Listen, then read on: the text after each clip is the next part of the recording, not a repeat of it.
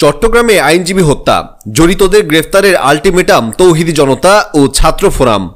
চট্টগ্রামের আদালতে চিন্ময় কৃষ্ণদাস ব্রহ্মচারীর জামিন ঘিরে সংঘর্ষে এক আইনজীবী নিহতের ঘটনায় দোষীদের বিচারের দাবিতে রাঙামাটি শহরে বিক্ষোভ মিছিল করেছে তৌহিদি জনতা ও ছাত্র ফোরাম। মঙ্গলবার ২৬শে নভেম্বর সন্ধ্যা ৬:৩০টার দিকে তৌহিদি জনতা ও বৈষম্য বিরোধী ছাত্র আন্দোলন এর নেতারা এই বিক্ষোভ মিছিল করেন। এ সময় নেতৃত্বে ২ শতাধিক ছাত্রছাত্রী ও অ্যাডভোকেট উপস্থিত ছিলেন। জড়িতদের গ্রেফতারে ২৪ ঘন্টায় আলটিমেটাম দেন ছাত্র আন্দোলনের নেতারা। বিক্ষোভ মিছিল শেষে তৌহিদি জনতার নেতাকর্মীরা বলেন, চিহ্নিত সন্ত্রাসীরা আইনজীবী ভাইকে হত্যা করেছে, শীঘ্রই তাদের গ্রেফতার করে আইনের আওতায় আনতে হবে। গ্রেফতার না হলে তাদের বিরুদ্ধে তৌহিদি জনতা ঐক্যবদ্ধ হয়ে যথাযথ ব্যবস্থা নেবে। সারা দেশে সবকিছু অচল করে দেয়া হবে।